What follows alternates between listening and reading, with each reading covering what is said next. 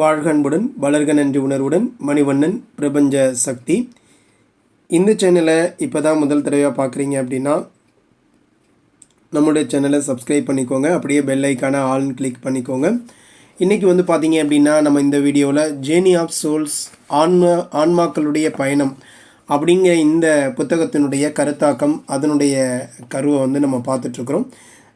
என்னதான் நடக்குது இந்த ஆன்ம உலகில், இறப்புக்கு பின் என்னதான் நடக்குது, பலரும் அறியக்கூடிய, பலரும் தெரிஞ்சுக்கணுன்னு ஆசைப்படக்கூடிய அந்த விஷயங்கள் தான் நம்ம அதனுடைய இதை தான் நம்ம பார்த்துட்ருக்குறோம். இப்போ பார்த்திங்க அப்படின்னா நம்ம நேற்று இது மாதிரி தவறாக இருக்கக்கூடிய ஆன்மாக்கள் என்ன பண்ணுது அப்படின்றத பற்றி பார்த்தோம்.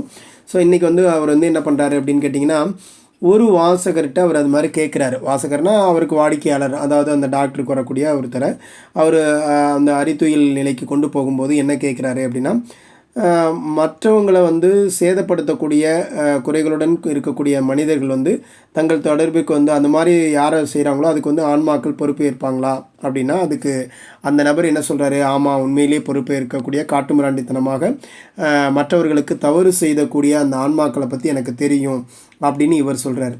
நான் பார்த்துருக்கேன் அந்த மாதிரி ஆன்மாக்கள் அப்படின்னு சொல்கிறாரு. அப்படிப்பட்ட ஆன்மா உனக்கு தெரியுமா, தொடர்ந்து அப்படின்னா என்ன நடந்துச்சு, அது ஆன்ம உலகத்துக்கு வந்ததுக்கு பிறகு என்ன நடந்துச்சுன்னு சொல்லு அப்படின்னு கேட்குறாரு. அவர் என்ன பண்ணார் அப்படின்னா, அந்த மாதிரி ஒரு ஆன்மா என்ன பண்ணாராமா, ஒரு சிறுமிக்கு பயங்கரமாக காயம் விளைவித்தாராம். அவர் ஆனால் திரும்ப என்னென்னா எங்களுடைய குழுவுக்கு ஆன்ம உலகத்தில் வரலை. அவர் அவர் எங்கே திரும்ப ரொம்ப அவரை நுண்ணாய்வு செய்யப்பட்டாங்க. அவருடைய உடலில் மிக மோசமாக அவர் வேலை செஞ்சார். அவருக்கு தண்டனை எந்த அளவுக்கு இருந்துச்சு அப்படின்னு சொல்லிட்டு இந்த டாக்டர் அவர்கிட்ட கேள்வி கேட்குறாரு. அப்போ அவர் என்ன சொல்கிறாருன்னா, தண்டனையா அப்படிங்கிறதெல்லாம் ஒன்றும் தவறான பொருள். அது மறுபிறப்பு தான். அதாவது உங்கள் ஆசிரியரை பொறுத்தவரையில் நீங்கள் உணரணும், துன்புறுத்தலோடு தொடர்பு கொண்டவங்களுக்கு ஆசிரியர்கள் என்ன பண்ணுவார்னா அதிகமான கண்டிப்போடு இருக்கின்றார்கள் அப்படின்னு அர்த்தம். அதாவது அப்போ இவர் கேட்குறார் டாக்டர், ஆன்ம உலகத்தில் இன்னும் அதிக கண்டிப்பு என்பது உனக்கு என்ன அர்த்தத்தை கொடுக்குது அப்படின்னு சொல்கிறாரு. அதாவது இவர் இந்த பெண்ணை காயப்படுத்தின பெண்ணு இந்த சோகமான வாழ்க்கைக்கு பின்னர் என்னுடைய நண்பன் எங்களோட அவர் வரலை, எங்களோட அவர் திரும்பி வரவே இல்லை. அவன் இறந்தப்ப நீ வந்த அதே ஆன்மீக நுழைவாயில் வழியாக தானே வந்தான். ஆமாம், ஆனால் அப்படியே தான் வந்தான், ஆனால் யாரையுமே சந்திக்கல, அவன் நேராக ஆசிரியரோட தனிய இடத்துக்கு போயிட்டான் அப்படின்னு சொல்கிறார்.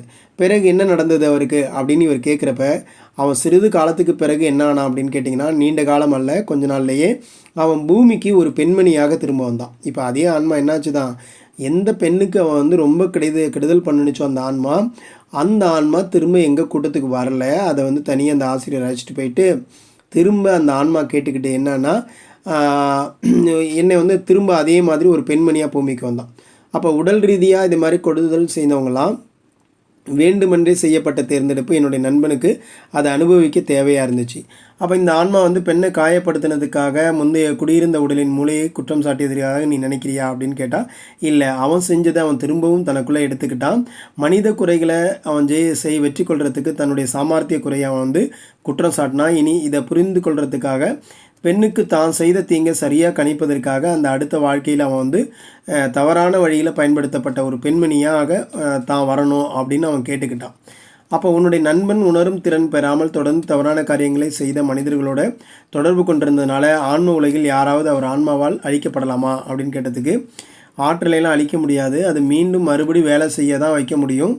பல வாழ்க்கைகளில் கட்டுப்படுத்த முடியாத எதிர்மறை பண்பு மீண்டும் ஒழுங்குபடுத்தப்படலாம் அப்படின்னு சொல்கிறார். அழிவல்ல, புதிய மாதிரி அமைப்பதன் மூலம். எப்படி அழிவுகள்லாம் கிடையாது, புதிய மாதிரி அமைப்பதன் மூலம் அப்படின்னு சொல்லிட்டு அதுக்கு மேலே அந்த கேள்விகளுக்கு அவர் பதில் சொல்லலையாமா.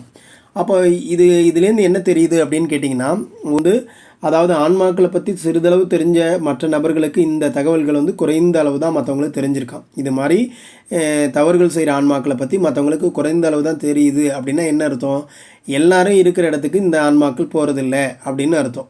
சரிங்களா? அப்போ பெரும்பாலான தவறு செய்கின்ற ஆன்மாக்கள் தங்கள் தூய்மை பிரச்சனைகளை தாங்களே அவங்க தீர்வு காண்றாங்கன்னா என்ன அர்த்தம்னா, அதாவது நம்மளுடைய விலையும் நம்முடைய நன்னடத்தையும் நாம் பெறுகின்ற பரிசுகளும் கர்மாவின் சட்டங்களை சுற்றி சொல்கிறது. இந்த கர்மாவுடைய நீதி சுழற்சியில் மற்றவர்களோடு கேடு விளைவிப்பவங்க எதிர்காலத்தில் தங்களை பாதிப்பிக்கப்படுபவர்களாக அமைத்து கொண்டு தவம் செய்வார்கள். ஆயிரக்கணக்கான வருடங்கள் பரீட்சையில் அவங்க ரொம்ப வருஷமாக பரீட்சையில் தேர்வடைந்த பிறகு இதை கூட அவர் வந்து அவருடைய புத்தகத்தில் சொல்லியிருக்காரு. ஏன்னா அவர் வந்து ஐரோப்பிய நாட்டை சேர்ந்தவருங்கனால அவர் என்ன சொல்லியிருக்காருன்னா, கீழே நாட்டில் உள்ள ஒரு கதையில் பகவத்கீதையில் கூட ஒரு சொற்றொடர் இருக்குது. என்ன அப்படின்னா, தீய விளைவுகள் கொண்ட ஆன்மாக்கள் தங்களுடைய நற்பண்புகளை மீட்டு கொள்ள வேண்டும் அப்படின்னு சொல்லி இருக்குது அப்படின்னு சொல்கிறாரு. அப்போ கர்மா அப்படிங்கிறது எப்படி வேலை செய்யுது அப்படின்னா, எல்லா ஆன்மாக்களுக்கும் காரணமாக செய்யப்படுகின்ற மற்றும் நீதியோடு தொடர்பு கொண்டிருக்குது அப்படிங்கிறதும், மரணத்திற்கு பின்னரான வாழ்க்கை பற்றிய எந்த ஆராய்விற்கும் எந்த பொருளுமே இருக்காதாமா. அதாவது கர்மா வந்து தானாகவே நல்லது அல்லது கெட்ட செயல்களை சுட்டி காட்டுறதில்ல. ஓரளவிற்கு ஒருவருடைய வாழ்க்கையில் நேர்மறையான மற்றும் எதிர்மறையான செயல்களுடைய விளைவாக தான் அது இருக்கும். நம்முடைய வாழ்க்கையில் விபத்துகள் இல்லை என்று கூற்று கர்மா கட்டாயப்படுத்தி இயங்க செய்கிறது என்று பொருள் கிடையாது. அது என்ன செய்யுதுன்னா, பாடங்கள் புகட்டி நம்மை முன்னால் உந்த செய்கிறது. நமது எதிர்கால விதியை ஒரு கடந்த காலத்தால் விளைவிக்கிறது. மற்றவர்களை காயப்படுத்துகிறப்ப அதிலிருந்து நாம் தப்பிக்க முடியாது. ஏன்னா நாம் செய்து கொண்டிருப்பது நமக்கு சாதகமாக இல்லாதப்ப நம்ம வாழ்க்கையின் வழியாகவே நம்மை சரிப்படுத்தி கொள்ள தகுதி அளிக்கப்பட்டிருக்கலாம் அப்படின்னு புரிஞ்சுக்கணும். தேவையான மாற்றங்களை செஞ்சு தைரியம் இல்லைனாலும் இதை புரிஞ்சு கொள்வதற்கான திறவுகோலாக தான் இது அமையணும். பயத்தை வெல்றதுக்கு அபாயங்களை எதிர்கொள்கிறதுனால நம்மளுடைய கார்மிக் உருவமைப்பு நம்மளுடைய புதிய தேர்வுகளுடைய விளைவுகளுக்கு ஒத்து போகிறது. அதாவது ஒவ்வொருத்தருடைய வாழ்க்கையோட முடிவிலையும் ஆன்மாக்கள் வந்து விரைவில் விழுங்குவதற்கு ஒரு அரக்கன் காத்திருப்பதை விட நமது ஆசிரியர் வழிகாட்டிகள் எதிரில் நாமே நமது மிக கடுமையான திறன் ஆய்வாளராக இருக்கிறோம். அதாவது ஒரு ஆன்மா நிறைய தவறுகள் பண்ணியிருக்கு அப்படின்னா அந்த ஆன்மாவை யாராவது இறக்க முழுக்க போகிறானா அப்படின்லாம் அதெல்லாம் கிடையாது. என்ன சொல்கிறாருன்னா, அந்த ஆன்மாவுக்கு யார் மிகப்பெரிய ஆள்? அந்த ஆன்மாவே தான் மிகப்பெரிய ஆசிரியர். அவரே அவருக்கு கடுமையான தண்டனை கொடுத்துக்குவாரா அப்படின்னா என்ன அர்த்தம்? ஒவ்வொரு ஆன்மாக்குள்ளேயும் ஆழ்மனம் இருக்குது. அந்த ஆழ்மனத்தில் எல்லா பதிவுகளும் நடந்துக்கிட்டே இருக்கும். இந்த ஆன்மா இறந்து போகிறப்ப இந்த ஆழ்மனம் சொல்லக்கூடிய அந்த பதிவுகளுக்கு ஏற்ப தான் நீங்கள் தேர்ந்தெடுக்க முடியும் அப்படிங்கிறது தான் உண்மை. அதுதான் அவங்க சொல்கிறாங்க. அப்போ மறுபிறப்பில் நம்ம நம்பிக்கை கொண்டுள்ள சில மக்கள் என்ன பண்ணுறாங்க அப்படின்னா, எதிர்மறையான ஆன்மாக்கள் தங்கள் வாழ்க்கையில் நியாயமான கால அளவில் தங்கள் பாடங்களை கற்றுக்கொள்ளலை அப்படின்னா அவங்க நீக்கப்பட்டு அனுகூலமான ஆன்மாக்கள்னால அவங்க மாற்றப்படுவாங்க அப்படின்னு நினைக்கிறாங்க. அப்போ என்னுடைய வாடிக்கையாளர்கள் இந்த இது மாதிரி சொல்கிறத வந்து அவங்க நிராகரிக்கிறாங்க. அப்படியெல்லாம் இல்லை. எந்த ஒரு ஆன்மாவிற்கும் தன்னை அறிந்து கொள்ள எந்த ஒரு வரையறுக்கப்பட்ட பாதையுமே கிடையாது. ஒரு நபர் வந்து என்கிட்ட சொன்னது போல், போர்க்காலங்களில் ஆன்மாக்கள் பூமிக்கு அனுப்பப்படுறாங்க. வளர்ச்சிக்காக தங்களை மாற்றிக்கொள்ள ஆன்மாக்களுக்கு வந்து காலமும் வாய்ப்பும் கொடுக்கப்படுது அப்படின்னு இது பொருள் அளிக்குது அப்படின்னு சொல்கிறாரு. தங்களுடைய மனித வாழ்க்கையில் தொடர்ந்து எதிர்மறை மனப்பான்மைகளை வெளிப்படுத்தக்கூடிய ஆன்மாக்கள் தங்களை மாற்றிக்கொள்ள தொடர்ந்து முயற்சித்து இந்த துன்பங்களை அவங்க வெற்றி கொள்ள தான் ஆகணும். அதாவது திரும்ப திரும்ப பிறப்பு எடுத்துக்கிட்டே தான் இருந்தாகணும். ஒரு ஆன்மா எதிர்மறையாகவே இருக்குதுன்னு வச்சுக்கோங்களேன். அப்போ அது இறந்து போனதுக்கு போது திரும்பவும் அது பிறப்பு எடுக்கணும். எப்போ அந்த எதிர்மறை தன்மையிலிருந்து தன்னை மீண்டு கொள்ளுதோ அது வரையும் அந்த ஆன்மா திரும்ப திரும்ப பிறந்துக்கிட்டே தான் இருக்கும். அப்போ ஒரு ஆன்மா துன்பம் செஞ்சுட்டு இருக்கு, பயங்கரமாக இங்கே திருடுது, கொள்ளையடிக்குது, இந்த மாதிரி தான் பண்ணுது. அப்போனா அதோட அந்த ஆன்மா முடிஞ்சிருமானா முடியாது. அதோடைய இறப்புக்கு பிறகு அந்த ஆன்மா மீண்டும் பிறப்படுத்து இன்னும் மோசமான நிலைமைகளெல்லாம் கையாண்டு துன்பங்களெல்லாம் ஏற்று அதுலேருந்து அது எப்போ சரிபடுதோ அது வரையும் அது மீண்டும் மீண்டும் பிறப்பெடுக்க வேண்டும் அப்படிங்கிறதா இந்த கர்மா. அப்போ அந்த கர்மாங்கிறது என்ன பண்ணுது? நீங்கள் என்ன செயல் செஞ்சீங்களோ அந்த செயலுக்கான விளைவை உங்கள்கிட்ட கொடுத்து இந்த ஆன்மாவை உயர்த்தக்கூடிய நிலையை பண்ணுது. அப்படி இந்த உயர்த்தக்கூடிய நிலையை பண்ணுறதுனால என்ன நடக்குது அப்படின்னு கேட்டிங்கன்னா, அப்போ வந்து நம்மளை வந்து ஒரு ஆன்மா வந்து நிரந்தரமாக ஒரு தனித்துவம் மிக்க ஒரு ஆன்மாவாக நம்மளை வந்து மாற்றுது அப்படின்னு சொல்லலாம். அப்போ ஒரு நல்ல குணாதிசயங்களை மனிதனுடைய மனதில் வந்து அது முத்திரையிடுது அப்படின்னு சொல்லலாம். ஆன்மாவுடைய மனதிற்கும் மனித மூளைக்கும் இடையில் ஒரு புதுமையான இரட்டைத்தன்மை இருப்பதை நான் உணர்கிறேன் அப்படின்னு இந்த டாக்டர் சொல்கிறாரு. ஆன்ம உலகில் ஆன்மாக்களின் வாழ்க்கையை பற்றி வாசகர்கள் இன்னும் அதிகமாக அவங்கள்ட்டேருந்து கற்றுக்கொண்ட பிறகு இதை பற்றி நான் இன்னும் அடுத்தடுத்த அத்தியாயங்களெல்லாம் சொல்லிகிட்டு இருக்கிறேன் அப்படிங்கிறதையும் அவர் சொல்லியிருக்கிறாரு.